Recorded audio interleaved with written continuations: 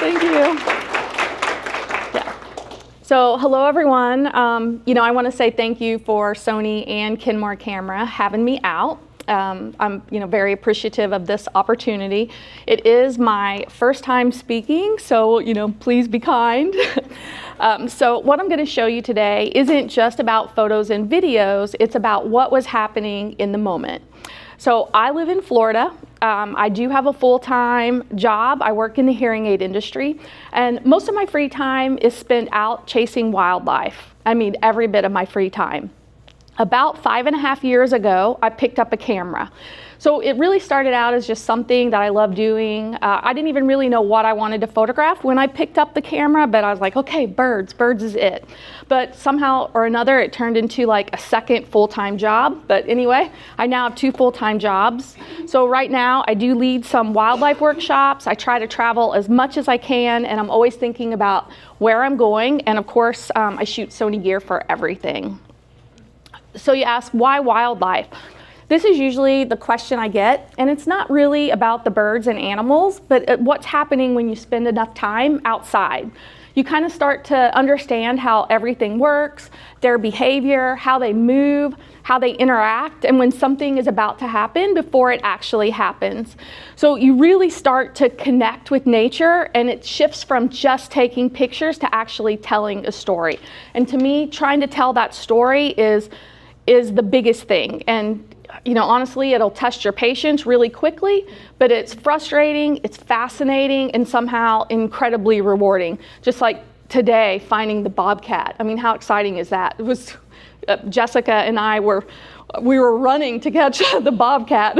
I realized just how out of shape I am. So hopefully I got about 3 seconds of video of it. Okay. So for wildlife, this is what I'm carrying most of the time. I like having 2 camera bodies on me, and that way I don't have to switch lenses when something happens very quickly. So lately, the 200 to 600, that's mainly my favorite lens just because it's so versatile, but I have quickly grown to love the 300 as well. And the thing I like about the 200 to 600 is the flexibility with it. But I love the sharpness of the 300 and 600. But I mean, who am I kidding? They're all great, and I want the 100 to 400 as well. I want them all. So storytelling is what I enjoy most about it. Visually, I'm trying to tell a story about what's happening, and a big part of that for me is shooting both photos and videos. I love slow motion because it lets you see things that you actually can't see in real time. And a lot of time if I watch the video back, it actually teaches me like what I missed in the photo or what I could do better. So I really try to learn from that. So let's talk a little bit about video settings. So I shoot both 4K and 1080p, but for 4K video, my shutter stays at about double the frame rate, so around 1/250th a second, and I don't mess with that any further. I leave it there. Most of the time, I keep my aperture as wide open as I can, depending on the light, and the ISO just kind of floats depending on what the situation is with light. Everything is manual, so I have full control over everything that I'm shooting. And I do mostly 4K when it's bigger animals or birds or slower moving things, like maybe a bear or a moose or something like that. But for slow motion, I use 1080p, and so that's 240 frames a second, and that's where the drama comes into play. So that is around 8 times slow motion on a Sony camera. This is how you get that really slow, detailed look. So same ideas with settings. I'm at 1/500 this time because it's 240 frames, so that's double the frame rate. Aperture as wide as I can, and again, the ISO just floats with the light. So this is where you really see that behavior. And these colts are so much fun to watch in slow motion. I mean, it doesn't get any cuter. So most of what I'm doing for social media is posting vertical video, but I shoot everything in horizontal. So just just like you would normally hold your camera. I don't shoot it vertical, but I change it to vertical in the post-processing. And so this way I have more flexibility depending on what medium I'm going to use. So like with YouTube, it would be horizontal, but for social media, vertical seems to be what most people like and they'll watch. And I've tried posting it horizontal and it really doesn't get any engagement at all. So since I do both videos and stills, I toggle back and forth between custom settings that I can easily get to. And I mean, I miss moments. I miss them all the time because I'm flipping back and forth between videos and photos. But you know, fortunately with the Sony A1, it's just kind of a flick of the toggle, and that helps me minimize those missed shots. Unless I'm carrying two cameras, you know, you miss something trying to toggle between the cameras. So for stills, I do all of my editing in Lightroom Classic. I keep it pretty simple using just global adjustments to adjust the light and color. And then I do use a lot of mask to draw the attention to the part of the photo that I'm trying to tell the story with. And I shoot in RAW, so that way I have control over the image in post. But for faster action, it's all about the shutter speed. And for faster action, I'm usually at like 1/2000th of a second or more to really freeze that. On bigger birds like great blue herons, you can probably get away with a little less of a shutter speed because they're slower and they're just kind of slower and lankier. So aperture always depends on how close the bird is to me, but if I can shoot wide open, that will help get that better depth of field, that buttery background that you want. I pretty much use bird and eye autofocus, and I shoot at about 20 to 30 frames a second for the burst. And pre-capture, definitely pre-capture when it's needed. That helps when you're anticipating a moment, like if the bird is gonna fly. And I have that set to a custom button that I can just hit with my thumb on my camera. The best shots come from some type of behavior, but even a simple portrait can work when the light is, you know, just right. It's the head turns, the posture, and the eye contact that gives an image life. I typically don't have a lot of patience in general, but for some reason when I'm out photographing, I can just sit and wait. It's contradictory to the rest of my life. So, and I definitely talk to birds a lot, but they don't listen. Okay. So let's look at a few images. Birds of prey are one of my favorites, and snail kites are pretty easy to find in Florida. I don't know if they're in a whole lot of other areas, but they are endangered, and they've adapted to eating these invasive apple snails. And so they've developed longer, more curved beaks to really pull the snails out of the shell. This one is a female, but what's really cool about these birds is they have these striking red eyes. And so this one is a male, and you can really see that its eye. It has a snail in its talons that it's holding there, and it's ready to eat it. The male is what everybody wants to photograph. I have very few of the male.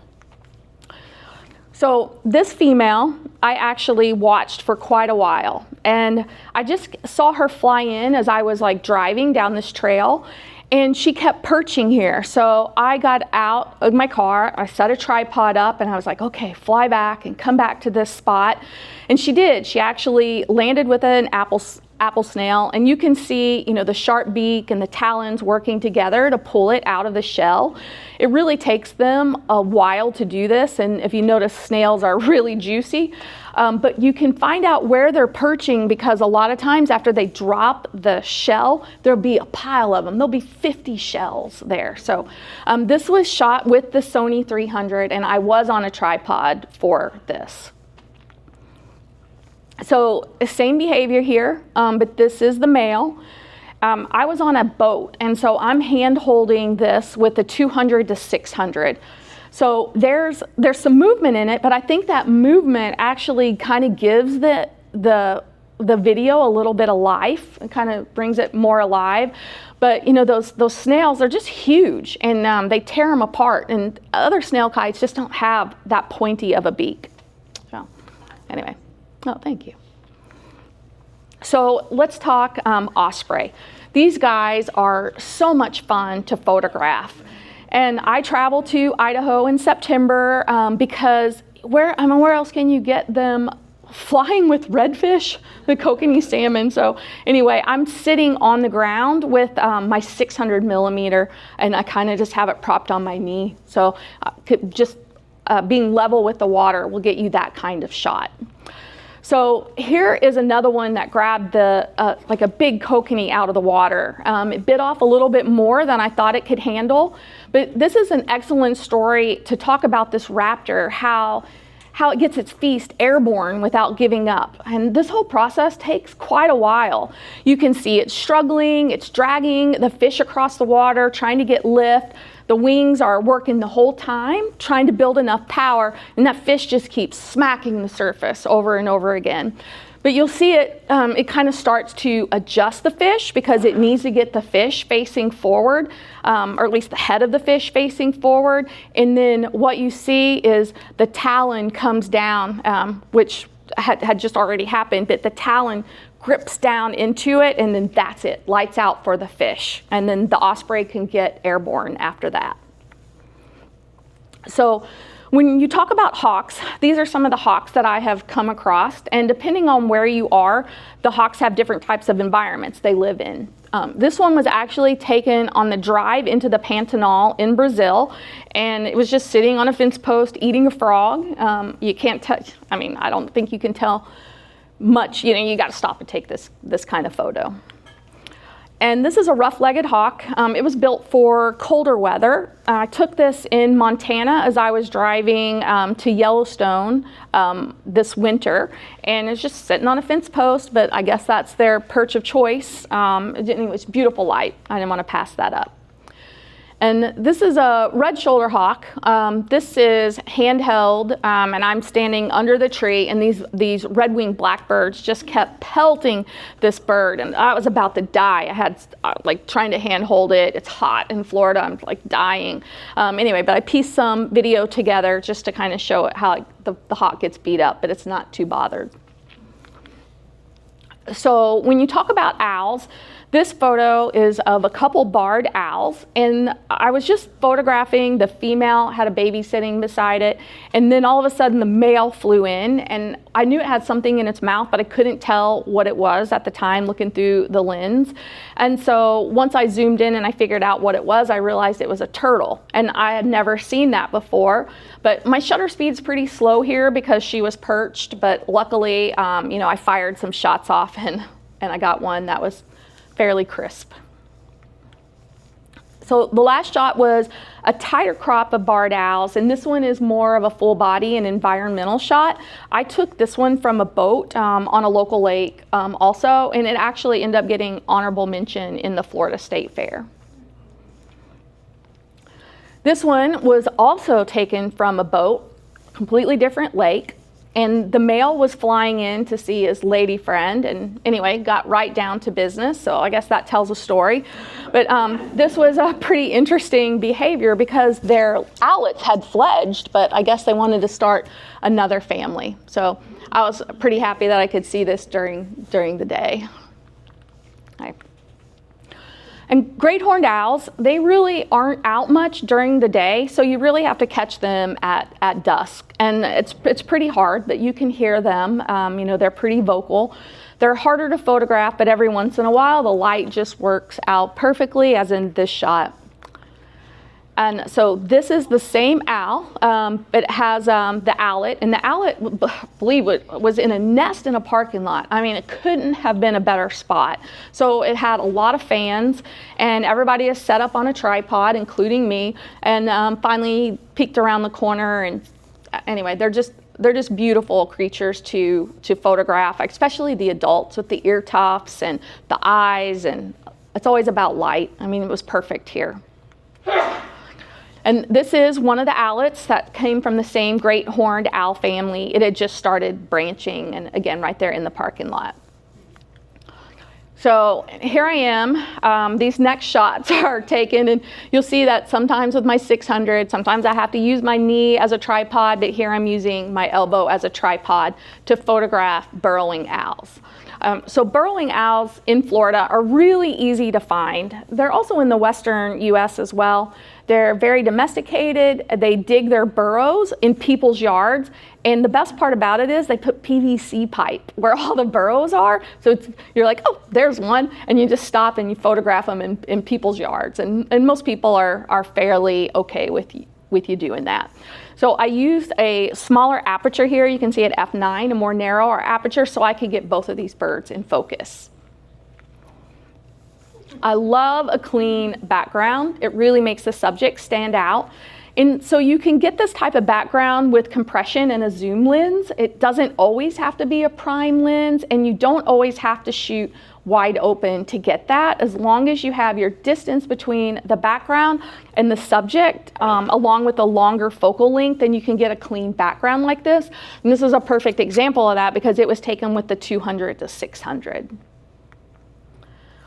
These little guys are eastern screech owls. They're tiny and they blend incredibly well with their environment. I've stood right next to one without even seeing it before, and then I'm like, oh, right there, right in front of me. This one I took with my 600 and I was on a tripod for it. And this one was right at dusk. There's barely any light left, but just enough to make it work. And I used my 70 to 200 here, and it was shot on a tripod, and they sit pretty still, so you can use a really slow shutter speed to photograph them most of the time. So same bird, different looks. They look completely different depending on their mood. And this one is, watching over a nest cavity. And so here's that nest cavity. There's actually 2 chicks tucked in here, but I was only able to get one of them. Once in a while, the other one would peek up, but I got one at least pretty decently. And it was shot on a tripod as well. And this one is only like 50 yards away from the other one, but I really love the resurrection ferns and the little red morph. You don't see the red morphs that often. So this just really frames her and tells a story that way. So this little cutie I found in Utah with the help of some friends. This is a northern pygmy owl. They like hanging out in canyons, and they're really easy to miss if you don't know what you're looking for because they're so small. And I love photographing in rain, sleet, or snow. To me, it just really comes out in video. It really shows and it really tells a story about what's happening with this animal. This was not an easy shot to get because the road in the canyon was covered in ice, and I was out walking and I'm trying to slide with a camera and my tripod. But anyway, I got into position. The owl was not bothered. It stayed there for a while. It was shot with my 300 and a 1.4 teleconverter. Okay, so bald eagles are one of my absolute favorite birds to photograph. There's always something going on with them, even when they're at a nest. They're always chasing off predators. They're always scanning the sky, waiting for their mate to bring food back. So there's always a lot of drama that goes on with them. I love it when the lighting is perfect and they're flying and they come in with food. I'm a big fan of the subadults. I just love their feather pattern. To me, they always look bigger than the adults, even though I don't really think they are. It's just something with the way that their feathers are so fluffy. So this video, it's around 2.5 minutes long. So it's pretty long, but I have so much eagle footage of them fishing and flying with food in their beaks that I thought you might enjoy it. So this is in the Discovery Islands in British Columbia, and I was out on a boat in these crazy rapids filming this. So some of the footage is a little bit shaky from being on a boat in the rapids, but what's happening here is the tide is pushing through really fast, kind of like a tidal flood, and it's rapidly bringing these hake up from deeper water. And the pressure change happens so quickly that it kind of messes the fish up, and they end up near the surface floating with their air bladders exposed. And these eagles know exactly when this is going to happen. The locals call it the eagle show. And the eagles, they sit and they wait patiently on an island doing nothing until the tide comes through. And then the moment that first one makes that dive, the rest of it are right behind it. So it's complete chaos. There's a lot of competition, as you can see. You'll see them diving, they're grabbing fish, they're fighting, they're missing it, they're chasing each other, and they're eating on the fly over and over again. And it's completely fascinating and rewarding to watch in person. I mean, I can't explain it. If you haven't ever done this, you need to figure out how to go do it. But anyway, I'll shut up so you can enjoy the rest of the footage here.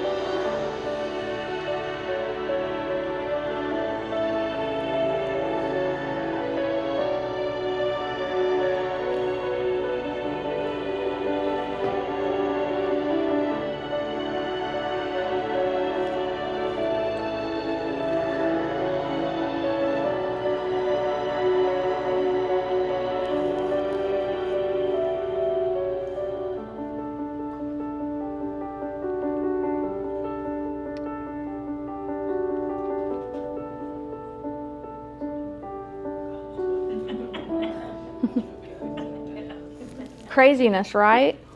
Yeah. So I love photographing in weather like this. Like I mentioned, this is taken with my 300 and a 1.4 teleconverter. I used a slower shutter speed so it would give movement of the snow, so it wasn't just like frozen little dots. So I like how it kind of extends the sleet. This is a crested caracara, and I don't know if you guys have these here, but they are raptors, but they act more like scavengers. They're vulture-like. They've got this really cool, almost rugged look to them. If you add fog to the picture, I mean, it gives it way more drama. So I used a slower shutter speed here, mainly because lack of light, but I also was photographing it on the ground first, and I didn't expect that it would take off and fly, and it did, but got a good shot out of it. This is a little bit more of a calm moment with one. So even when they're just sitting with this, I mean, they're just beautiful to watch, just waiting for a meal or something to come by that it can eat. So moving out of birds of prey and into some sweeter and more quieter moments. With roseate spoonbills, I mean, this is the shot that I couldn't wait to get. There's a lot of poses, as you'll see, of shots that I couldn't wait to get. But this is early morning, it's beautiful light. You can actually see the shadow of the bird's head on the wing, which is really cool. So this one is flying in to get a stick for the nest. I used a narrower aperture here because as you learn, if you're photographing these, their heads stick really forward, and like using like a 2.8, it's really hard to get them in focus if you're at a f2.8 because the head is so far away from the wings when they come in for a landing. And these little cuties have been nicknamed teaspoons by the locals. Most of the time, there's like 1 to 3 chicks in the nest, so it gets really crowded. And similar here, I used a smaller aperture to get them all in focused. This is a male coming in to pick up a stick also. And I mean, this perfect wing position, I clipped the top of the wing just a little bit, but it would have almost been perfect if I wouldn't have done that. Can't be perfect. So same here, this one's coming in from the side, and I love the clean background instead of just a blue background all the time, because they're almost always over water. And I think the colors make, the background makes the colors, the pink colors, pop a little bit more. So same here, this is the typical blue background that you get, but I don't think you can take a bad photo with these guys. I chase this kind of photo all the time. So Yeah, great egrets, they nest right next to roseate spoonbills, and they usually have a couple chicks in the nest also. So the marsh is really crowded and noisy with all these chicks begging for food. When you are photographing white birds, it's very important not to blow the whites out. And so the Sony cameras have a feature that uses zebras, and I use my zebras all the time to make sure that my whites are not blown out. So this is what the chicks turn into, teenagers. They are not shy about demanding food. They'll actually stick their head down the parent's throat to get them to regurgitate. And it looks rough, but I've been assured that this is totally normal for them. And sometimes she has 2 of them doing this to her. It's crazy. So this bird basically claimed this log, and it would chase every single bird away that tried to get near it, because many birds like this log. It was kind of floating in the lake, but it was attached to something because it never moved. And this was taken during nesting season. As you can see, that bright green mark on its cheek is actually called the lores. And those long wispy feathers coming off the back are breeding plumes. And it really only has those long feathers during breeding season. I took this from a dock, kind of similar to the boardwalk that we were on today, and I just used the railing as my makeshift tripod. These are little dinosaurs, are called tricolored herons, and they're in the same area as the egrets and the spoonbills. And she's got 3 of them in there, so she's a busy lady. Crazy, yeah. This is a young anhinga, and interestingly enough, they're called a snake bird because when they're in the water, they kind of look like a snake. So I can only assume that this one is just practicing catching leaves, so when it's in the water that it can catch a fish. It's really unique behavior, but I really have no scientific evidence to support that. I don't really know what it was doing, but they do stab the fish with their bill. So this is what it looks like in the real world after the fish is stabbed. The anhinga will play with its catch, so that way it can get the fish properly positioned so it can be swallowed head first.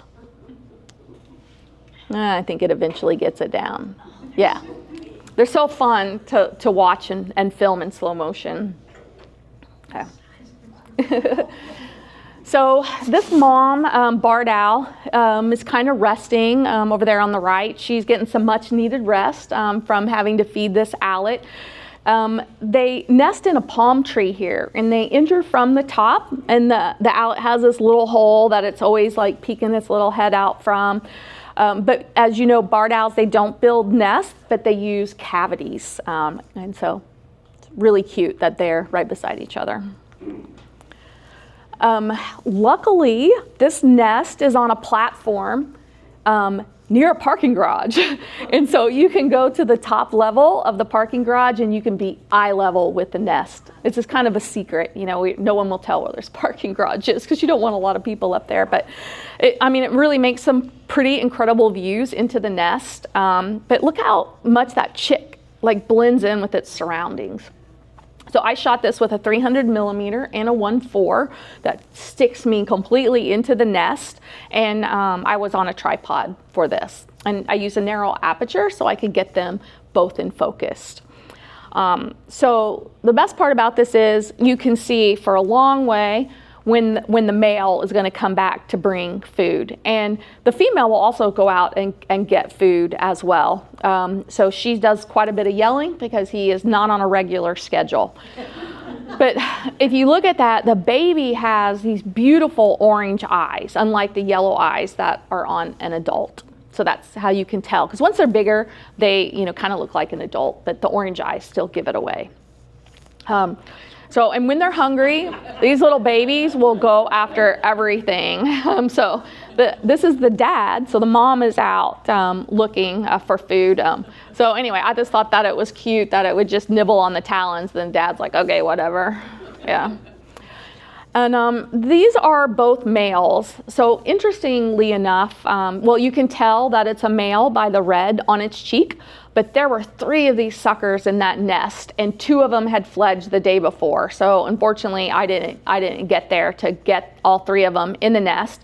And I'm just gonna assume the mom was just out, like probably taking a break from feeding these guys. But you know, it's always interesting to like watch them do this. And I was hand holding this. Okay. So moving on to the sand, these birds are so much fun to watch when they're nesting. They skim the water for a catch for fish to bring back into the young ones. And then they basically just like chomp it to like soften it up. I guess it'd be like, you know, just whatever you do to tenderize a piece of meat. Yeah. So this is how they actually catch that fish. That long bottom bill just skims the water. And there isn't really anything that fishes the way that this bird does. They're literally dragging that longer bill through the water till they feel something, and then they snap it up midair. And I am hand holding this standing on the beach. So when it brings back a fish, I mean, that fish is not tiny, but that bird is. And believe it or not, this chick swallows that whole fish. So I'm gonna let you watch it swallow that whole fish. It's kind of craziness, but like both parents are standing there like, yeah, that's our kid. Yeah. Well, I mean, look at that. Where's that fish even going? The parents are like, yes. Like, get that down. Yeah. Dad's very proud. Yeah. Okay. Well, believe me, it gets it down. Yeah. So what's cool is these chicks really like burrow themselves under the adults like this, and you know, you see the sand being thrown everywhere. They basically kind of like dig themselves in for shade and protection because there's lots of gulls and terns that are around that are just looking for their own meal, and they will snag these chicks and eat them, and it's horrifying to watch. But they also try to kill each other. So these chicks are siblings. There's usually 3 or 4 of them in the nest at a time. They don't really play nice at all, but it is, you know, sibling rivalry on a completely different level as they peck and they chase, and they're competing for food. And I mean, like, I tried to kill my sister like this also, so I totally understand it. You know, I wouldn't say this is full on killing each other, but it can look rough, and they definitely take a beating, and they still have to watch for the gulls and terns. So round 1. So if you're wondering how I shot this, I have a ground pod, and I just lay on the ground with the ground pod. These are excellent things to get. They're pretty inexpensive, and you can just lay on the ground with a ball head. It's pretty easy to lay on the ground. It's much easier than standing because it's very hot, but you can get great low to the ground shots with a ground pod. This is the first bird that I could not wait to photograph. I had to get to Iceland to photograph this bird and see this. And this was also shot on my very first Sony camera, which was an A7 III. And I mean, you can see that you can really get details with that camera. But I mean, you can't go wrong anywhere in Iceland. And these puffins, they have babies that burrow in the cliffs. And during this time, they come in and they bring all these sand eels in to feed them. And sadly, you really don't ever get to see the babies because they're the little puffinlets, whatever they are. But they're tucked in the burrows, and they're just so cute. And you know, this showcases just how romantic puffins get. They always breed with the same ones. Even though they're out to sea the entire time without seeing each other, they come back, and this is part of their courtship. So it's really kind of a nice thing to see. So I shoot a lot of video, and I am going to tell you that these puffins completely humbled me. I mean, I was like, God, I suck. It was so hard to get videos of these guys. But I think what it was this was from a lighthouse taken in Quebec, and there wasn't a lot of room. They would come flying in. By the time I would catch them, I couldn't catch them. I couldn't get them in focus. And so, I mean, I was completely humbled at this moment. But I got something really cool out of it, even though it was hard. Okay. So sandhill cranes, they're constantly feeding their babies. They just walk all around the wetlands. They're called colts instead of chicks. So here she found a tasty turtle egg, and then she just brings it right over to them, and they usually devour it. And most of the time they have 1 or 2 colts. I don't know that I've ever seen one with more, but it's always exciting to watch them. So this was taken a couple years ago in the San Juan Islands, and the mom looks completely worn out here. I'm sure you guys know all about these foxes, but the kits were really determined that they were going to nurse right there on the trail, and she just completely gave up and realized she was not winning that battle. But when she was done, I got this really cute shot, and there's actually another fox behind these. So there was like five of those little kits. Okay. And here's mom. She's finally getting a little peace and quiet and trying to get herself cleaned up a little bit. She looks pretty haggard. But I love the hint of the lupine behind it. Yeah, so cute, right? So I was out looking for snail kites, and I was just walking along, and I saw something move up on a fence post. I'm like, oh my God, that's a baby raccoon. What is that doing up on the fence post? And so I got some good shots of it. I'm guessing the mom just parked it up there while it was hunting, like they kind of do with bobcats. They'll put them up in a tree while they go hunt. So anyway, it was really cute. This image actually won the women's photography contest last year. And if you're women in photography, you should follow Women in Photography Circle. They do lots of fun things. So this is the kitten that I was telling you about. Basically, I was just walking, and again, I saw something move in the tree, and I'm like, no. I'm like, that's a bobcat in a tree. And so I had this cat for like 40 minutes to myself before I called somebody and said, get over here. There's a bobcat here. But the parent had stuffed like 5 bobcat kittens all in trees all around the park. And every photographer was like on a tree. They're like, oh yeah, I've got a bobcat. But we all had bobcats that day. And so it was amazing. It was like the most epic day I've ever had. And never pass up a good reflection, even if your models are turtles. And I'm going to assume this probably is not really a family, but they're all on a log like a family, so I included them. Okay. So this trip is like the trip that I had dreamed about for a long time, photographing Dalmatian pelicans in northern Greece. And yes, I flew all the way to Greece for this. This is just one of those birds that you have to see in person. It's a trek to get there, but I loved it so much that I went back this year, and now I'm taking people there to photograph. So I have a workshop in January that still has some spots open if anyone is interested. But this is the world's largest pelican, and you photograph them from a boat, so you can get very close to them. As you can see, this one is sitting on the bow, so much so that I just want to go hug it. But this is one of those birds that gets a little help from the local fishermen. So they nest on this lake in the winter, but in the winter, the water is so cold that the fish go to the bottom of the lake. And so the birds they scoop them off the top, and the birds can't get to them. So the birds would be in trouble without these local fishermen. So it's a very symbiotic relationship because the pelicans are always eating the fishermen's food, but in the winter, they're friends. So the birds likely wouldn't survive without this relationship.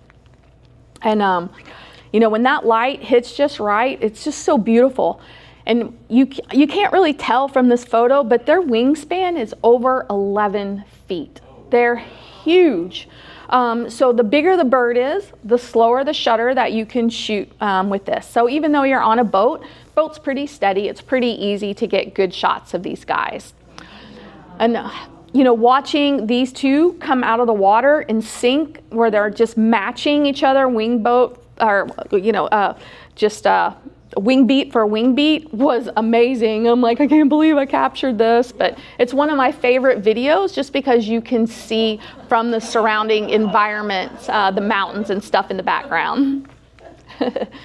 So these are actually hanging on my wall at home. The bird had perched up on top of the boat, and so I just stood up on the side of the boat, and I shot these with my 70 to 200.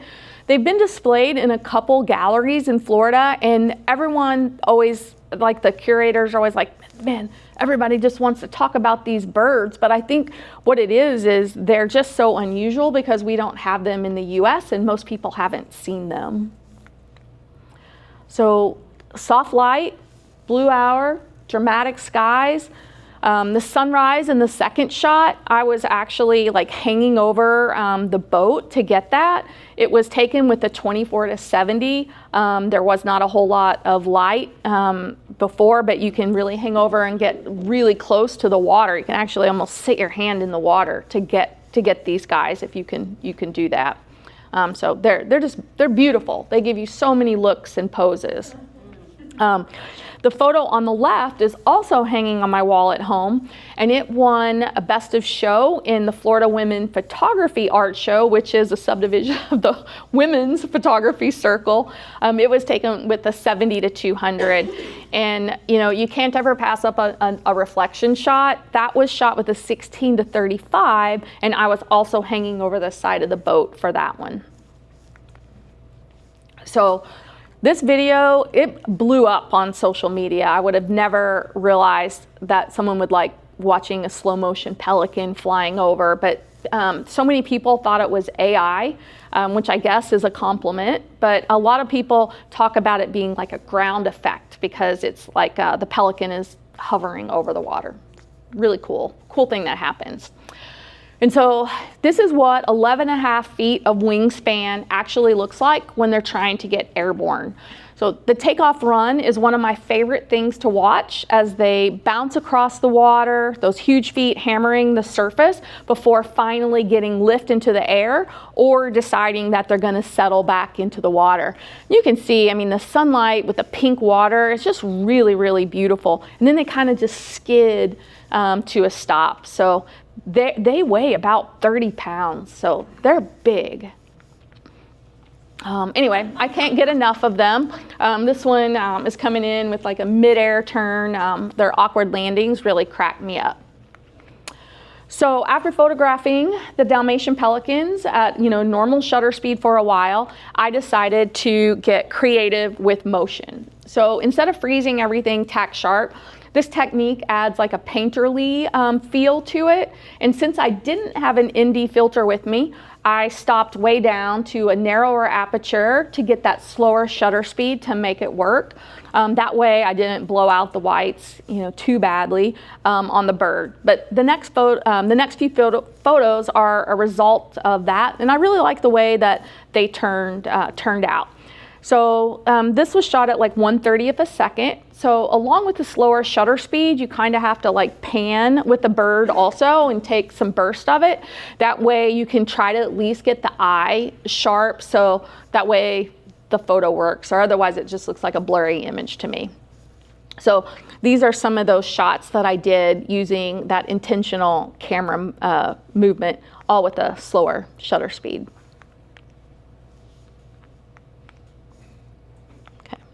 All right, so on to some fishing birds. So back to freezing motion.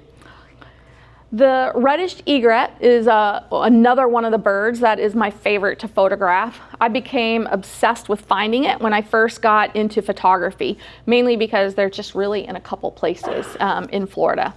So most of the reddish egrets look like this with the rusty plumage on their neck, but there is a white morph of this species as well. This photo won first place in the Florida State Fair a few years back. It was also my very first time photographing with a 600 f4. So I think I won $45 for this. So as you know, that did not go a long way to pay for that lens. So here is the white morph version that I mentioned in the previous slide. These birds are really wild to watch, and they have impeccable dancing skills. They use their wings to create shade, and they use their feet to stir up fish while they dance all over the flats. They're excellent fishermen. So as you can see here, this bird is displaying its best Saturday night fever dancing moves. They are so fun and challenging to watch, especially doing video. But you can see its feet stirring up the bottom as it stretches its wings out to create that shade to make it easier to spot the fish. So I never grow tired of it. But in case you missed it, in that last moment, here's that moment of pause when it swallows the fish. And this is that split second where all that dancing turns into a strike and the egret just, boop, there it goes. Okay. This might actually be the closest osprey dive I've ever photographed. Funny thing is, it completely missed the fish, but it got what I think is a water hyacinth or some kind of plant instead. But either way, I'll take that video. I really have no idea what that is. Okay. You never know what an osprey is going to pull out of the ocean. So there's an inlet in Florida where they get all kinds of fish. This one snagged a unique looking fish, but the struggle to get to the perch isn't over because there are brown pelicans lurking nearby that want that same fish. So the chase is on. So to give you some contrast here, that brown pelican has a 7-foot wingspan compared to that 11-foot wingspan with the Dalmatian pelicans. So you can imagine how big they are. Green herons, they're kind of underrated. Their feathers are really pretty iridescent glow. They give that like iridescent look when they are in the right light. And then when they're not in the right light, you know, you don't see those iridescent feathers as much, but this one is eating a frog, so I will take that also. They can kind of swallow anything, and I just think that's goofy. Okay. This cormorant, it grabbed this goby out of the ocean. It took it forever to get the fish into position to swallow it. And of course, right as it did, it turned its back to me. So, you know, that's wildlife photography. Unpredictable. Here's another cormorant and fish video. This one might make you seasick watching. I am hand holding this as well, but it caught a huge catfish, and it has a lot of trouble with these catfish. I've seen them take like 30 minutes before because it has to break the spines off of the catfish before it can actually swallow it. So this one took so long to do that the bird finally just drifted off anyway. So I didn't get the moment that it swallowed it, but you know, that is a doozy of a fish. Snowy egrets, they are like little fighter jets, and they make repeated passes low over the water to snag bait fish. And sometimes they'll make a pass and eat on the fly like 4 or 5 times across the pond before doing it again. So I am pretty level with the water line here. I'm sitting right on the edge, just really hoping an alligator doesn't decide to pop up. So my feet were almost in the water here. Same pond, different side of it. So this is a different bird, even though it looks similar to the snowy egret. They hunt in the water, and you know, they can really sit still for a lot longer than I can. And they don't flinch till they strike. They eat, you know, little tiny fish most of the time, but they can eat bigger fish as well. So almost always, again, same story. You see them where they have to position the fish. So its head goes down first. But what I like about this video is that after it swallows the fish, you just see it moving completely down as it slides down the neck. And you're like, oh, that poor fish. Yeah. Okay. Another little wading bird. This one is a little blue heron, and it's working on a crawfish. Surprisingly, it gets it down pretty quickly, but I guess it really doesn't matter that the head is first on a crawfish. Okay. The image on the left is of a ring-billed gull, and it has a sea urchin, and it kept dropping the sea urchin. Like it would drop it and would go back and pick it up, and I thought this was like really unique behavior. I'd never seen that before. I'm like, what is that in its mouth? Why does it keep dropping it? And so I had to do a little bit of research, and so I guess it was, you know, trying to break it open. So really interesting behavior to watch. The other picture is a tricolored heron. It's looking for a fish, and what I was trying to do was get some slower wing movement and like freeze the head, and luckily I accomplished that here. But this image ended up getting in the top 250 of the Share the View contest. Okay. So this is just another shot of that, another angle of it fishing, but I really like the motion of the wings with the contrast of the sharp head. And limpkins, they are very noisy, but they mainly eat snails and mollusks, and this one has a clam here in the photo, but they will also eat frogs and, crawdads also. The least bittern is one of the smallest herons and one of the hardest ones to find. So it's really rare when you do find one, especially with it out in the open. You see a lot of photos with their legs spread in the reeds, but I was really happy that I got this one. I got some video of it as well, but I don't have that here. And the ringed kingfisher, it's from the Pantanal in Brazil. This is a female, and she had a lot of luck finding fish. We watched her for a long time, and she just basically, she went back and forth. She'd get a fish, then she'd come back with a crab, and I'm like, that's a crab. And she would just bang it against the branch, and I'm gonna assume it's like trying to break the legs off of it. So kingfishers you can get very close to in Brazil, unlike here, and I'm on a boat, so it's rocking. But anyway, I didn't get to see her eat it before she flew off. But after eating, you can see her coughing up a pellet, which I did not know that they do. So similar to an owl, but with kingfishers, it's mostly bones and scales. So I don't know if anyone else has seen this behavior, but this is the only time I have. Yeah, whoops. Okay. So this is the biggest fish I have ever watched a bird try to eat. Coincidentally, it is the largest gull species in the world with a wingspan of about 5.5 feet. That's probably like an osprey, maybe. So they're big bullies. They'll even eat ducklings. They will rob other birds and overpower them for food. But this one took so long that I just gave up. So the bird wore me out. It did almost get it down. I was like, oh, it's gonna get it down. But then it hurled it all back up and like started again. So I'm like, go bird, go get it, but it didn't. Okay. So loons, I love the red eyes. And I went to Wisconsin, and I'm like, I gotta get a chick on the back of this loon. Unfortunately, the nest, that did not happen. So the nest failed, so I just had to settle for kayaking around and getting portraits of it. But I was really happy because this is the first time I'd ever seen a loon.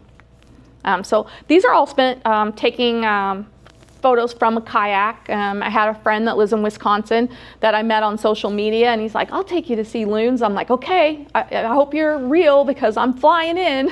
Yeah. I'm like, don't kill me. But anyway, they're so cute. And I was like, I just need a loon when it spreads, comes up in front of you and spreads its wings, and where I'm like, oh yeah, that'll never happen. And it did. I about fell out of the kayak, and I'm like, I got that on video. and yes, you're like, I'm like, oh my God. Anyway, I was happy about that. I'm like, okay, if I can't get a chick, I at least got that. I think everybody that thinks of Florida thinks, oh, I'm going to shoot flamingos. But flamingos have been gone from Florida for a long time. And we had a hurricane a few years back, and it brought in like 19 of them. And so they kind of have staked their claim again in Florida. And you can find them occasionally, but usually everyone's like, hey, are the flamingos back? So sometimes they're there and sometimes they're not, but people hadn't ever photographed wild flamingos in years. So that's kind of cool that they're back. I think that grebes are the cutest little aquatic birds. They dive underwater very fast, and so it's really hard just to even get a portrait of them, but they're ridiculously cute. And This bird I call the supermodel of all birds, especially with those legs. Black-necked stilts spend most of their time walking the shallows and the mud flats trying to find tiny prey. So enough about fishing birds. Let's look at what good light can do to completely change an image. So this again is on that same lake in Wisconsin, but this time I was out on a boat with the people that I was staying with, and I mean, just incredible sunset down on the water. So the loon decided to go right into that glowing water, so I got a good portrait of that. And great blue herons, they definitely have more patience than me. Most birds have more patience than me. Today we sat and watched one. I'm like, come on, do something. But it didn't. They outlast me every single time. But when they are on the move, they are beautiful. And they look really elegant in nice light, especially when flying. This one is backlit. I'm just standing in the marsh. It's kind of flying low where it can just come in for a landing. I shot this with my 2 to 600.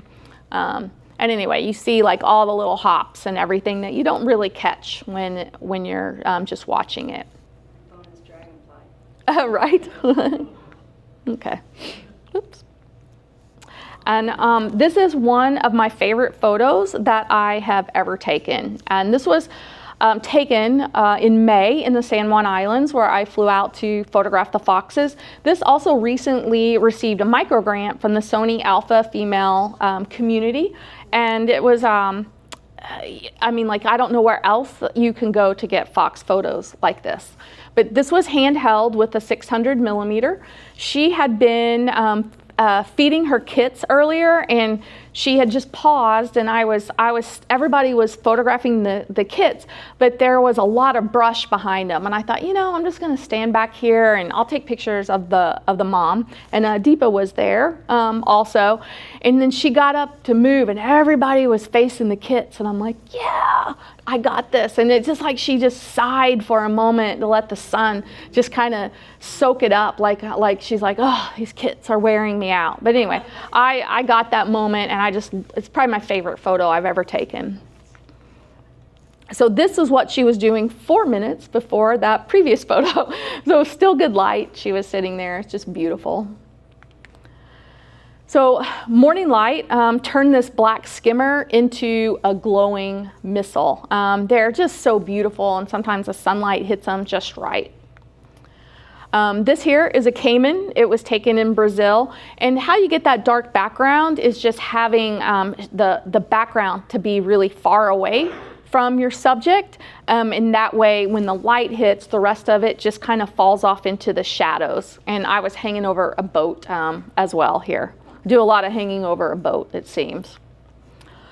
And if I've learned anything, it's definitely don't pass up a reflection shot. So on the left is a juvenile black-crowned night heron, and on the right is what the adult version of the same bird looks like, with beautiful light hitting it, filtering through the trees.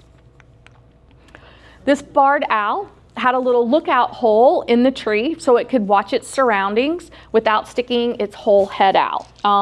So I really love that the light just kind of hit the face and the eye, and it's just kind of a side profile of the bird. But I did shoot this with a 600 millimeter and a tripod.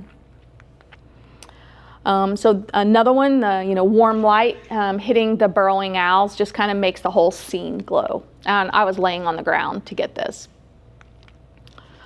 This is a male from Costa Rica. It definitely will defend its nectar source and kind of chase off anything that comes near it. This was all natural sunlight. Like, I had to really take the highlights down in this because it was so bright, and that background again is just far away. There was trees back there, but it was so far away that it just took it, the shadows just made it look really nice. This, electric blue color, I've never seen a blue that color. Blue is my favorite color. So anyway, this is a male. And not to be outdone by the red-legged honey creeper, here's the green honey creeper.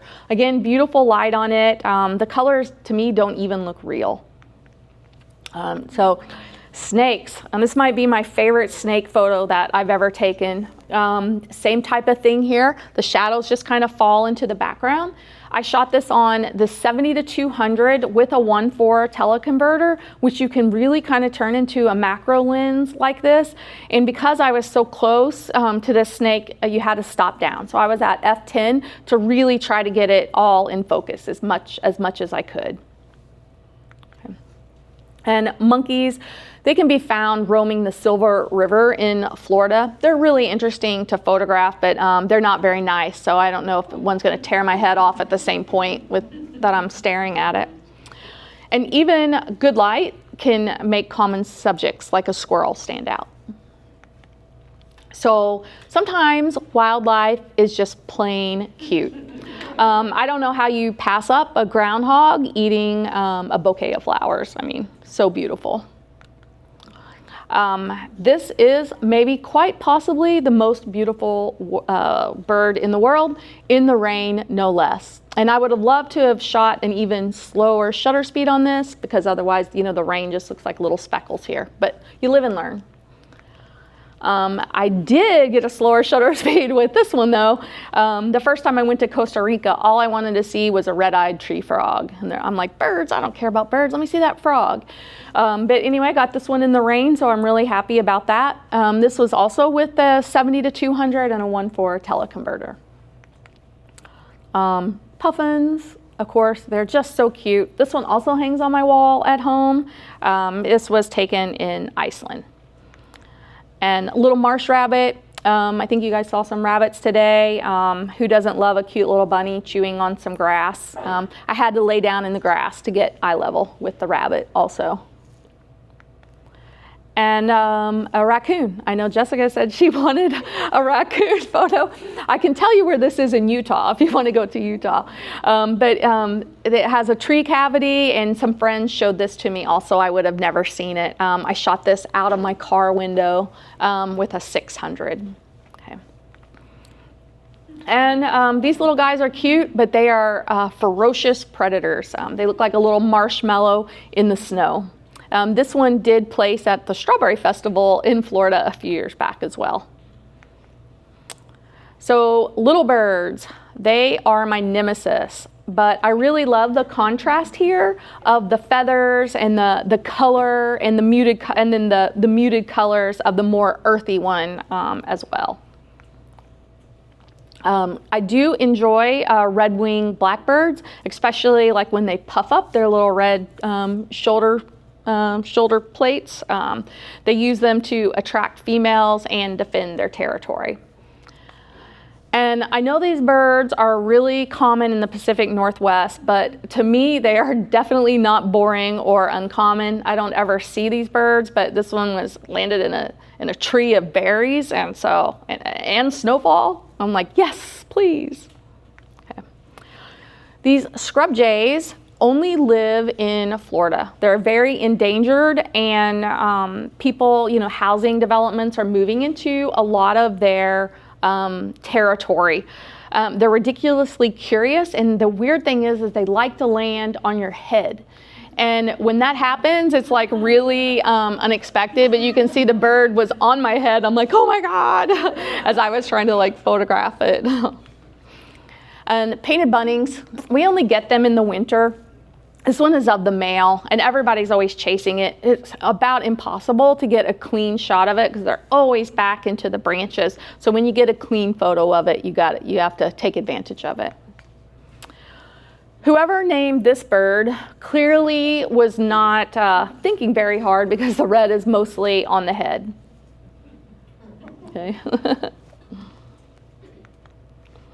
So we saw the male version of this bird earlier. This is the female. Same type of situation with the background into the back of the shadow, so it really makes everything stand out with the natural light hitting it.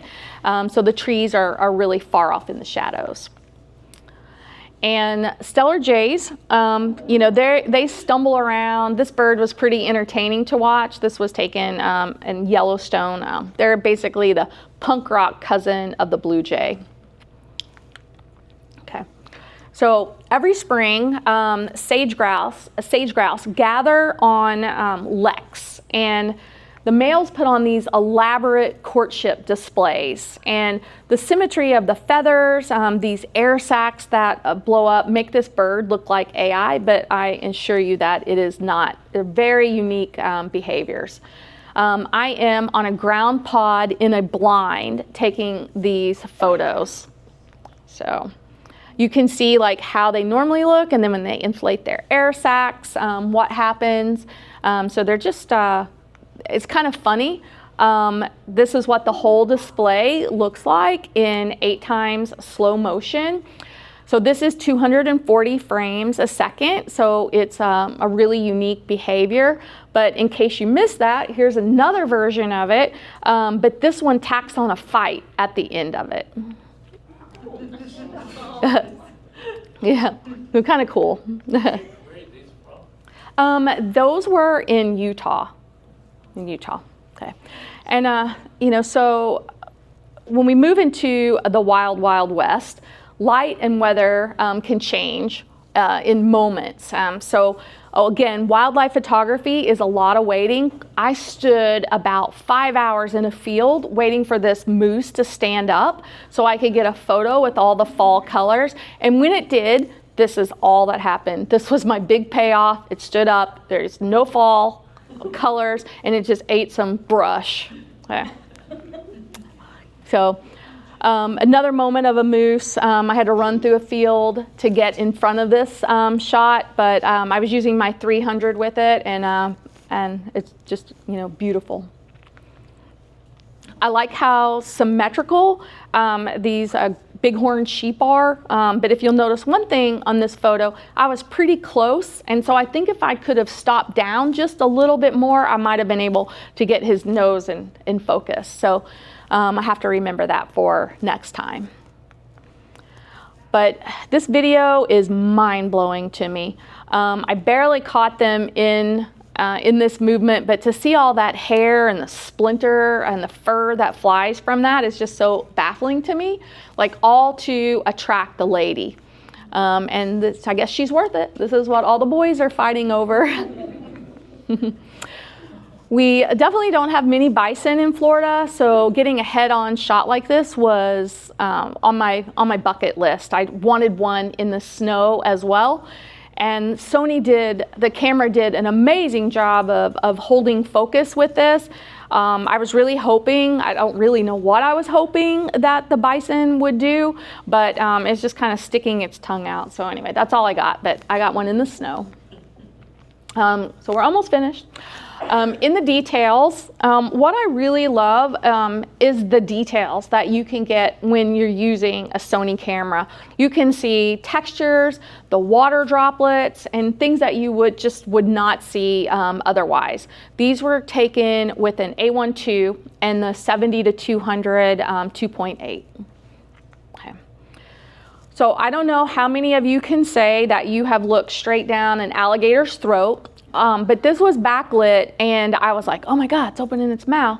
But I could not see that fish lodged in there when I was filming it. I got home and I'm like, oh my God, there's a fish in its throat.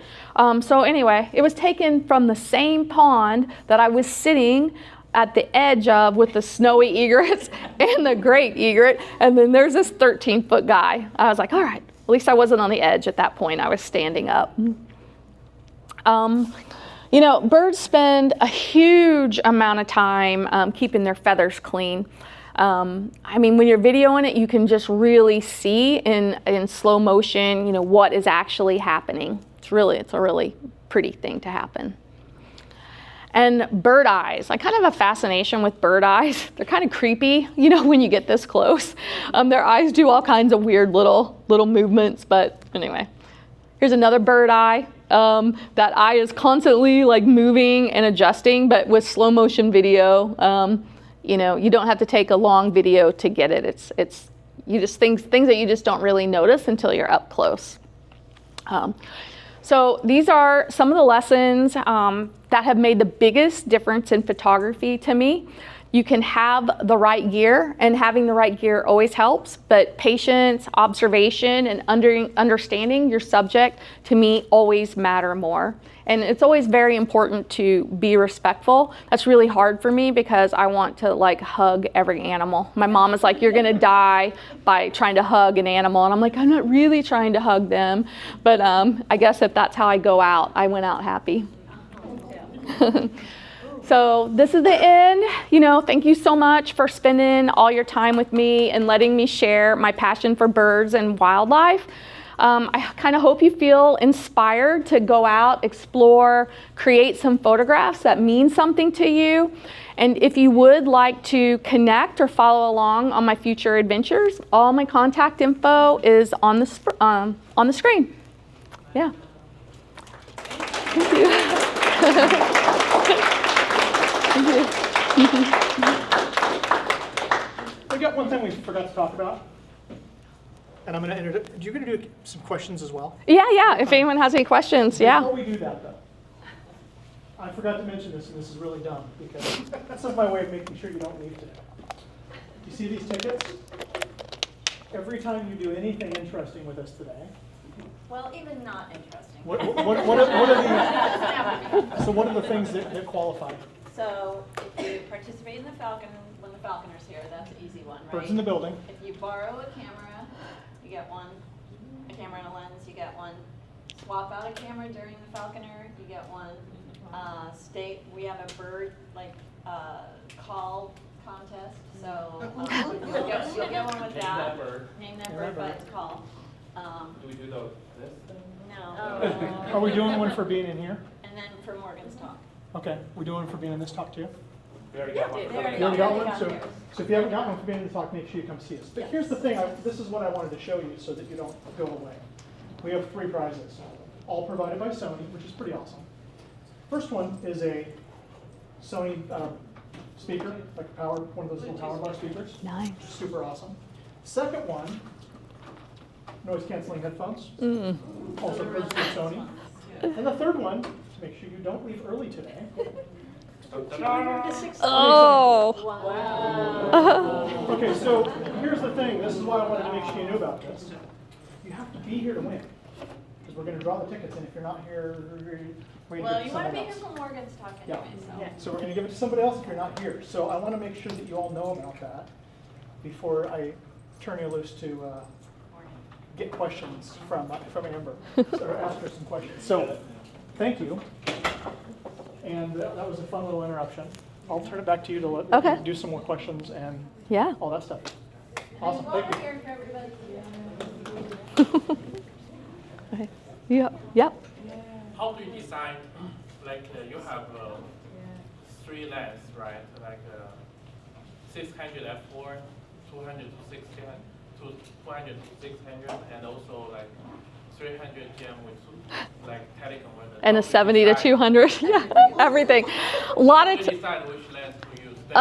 A lot of time it's what I can carry when I'm walking. I know most of the trails in Florida. I will tell you 90% of the time my 200 to 600 is on my camera because I'm doing video for that. But like with the Dalmatian pelicans, they're so close. I used a 70 to 200 and a 24 to 70 the whole time with those big birds. I brought my 300 and I brought it out to use it, and I got like some detail shots with it, but it was too much lens. The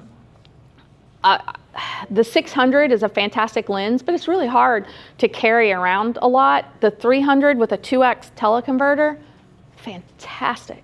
And it's light, it's sharp, it's the only lens I've ever used with a 2x that's fantastic. I have used my 600 with the 2x, and as long as I'm on a tripod, it's decent, it's good. I mean, especially being over at Seebeck, with a 600 on a 2x, you can get the great blue herons way out, and if you're on a tripod doing video, it looks good, but you get a lot of atmosphere with it.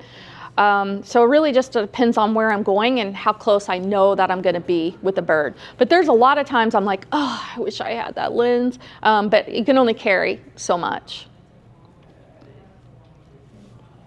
The artistic shots that you were talking about, where you're slowing down the shot. Yeah. Oh, a lot. Quite a few. I would say, I mean, like a burst as they were flying, I probably was bursting off 60 or more shots at 30 frames a second because it's so slow and I'm trying to catch the bird and move with it. And so then at the end, you're just like trying to find a wing pattern as you're going through Lightroom and trying to find one with a sharp eye, and you're like, oh, there's one. So it's hard, but you know that when you're going to do that you're going to take a gazillion photos. But I have a 1 terabyte memory card, so I'm not really going to run out. And then are you only using one camera, or are you using two cameras? Are you carrying two cameras? Because I was on a boat there, I had another camera. I could have just bent over and grabbed it. Yeah. Thank you. Do you use manual focus? No, everything's autofocus. But I shoot completely manual. So I have my ISO set up on my thumb. So I already really kind of know what the shutter speed is going to be, and I know what aperture, and I just have to control it, with my thumb. I just rotate it to get the light right. I do use a histogram a lot on my viewfinder from the inside, and I mean, I sometimes blow it out. Today on the Bobcat, my ISO was really low because I'd been shooting a great blue heron before in the sun, and then that Bobcat ran into the shadows, and I just threw the camera up, and I'm like, ugh, it's a little bit dark, but I'm like, I got it. Yeah. That's so cool. You gotta see it. I know, we were Love on that. the wrong boardwalk. We got lucky. Yeah. Al, when you carry double cameras, what are you using for a strap? I use a black Rapid strap, and I have one that just like I had on today, if you saw that, but most other time I have the other camera in my backpack, so I don't have them both out at the same time. Yeah, but I know they do make two. Yeah. That would probably be great. I don't have one. I probably should look at getting in one, but that's a lot. Yeah. Yeah, I have the double and I have the single. Okay. Yeah. Have you had any issues with capturing the bird's eye autofocus with the Sony A1? Have I done what with it?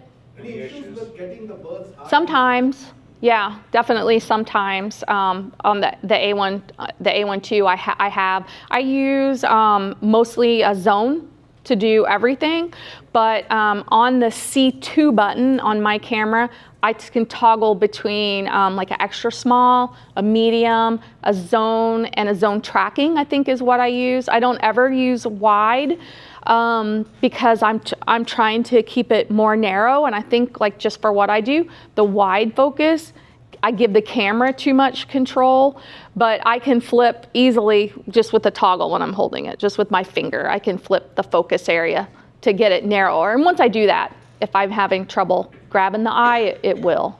And I also have on the back button between animal and eye, and I can easily toggle that on the right one, and then the bottom one is pre-capture, and the left one is white balance, and the top is the display.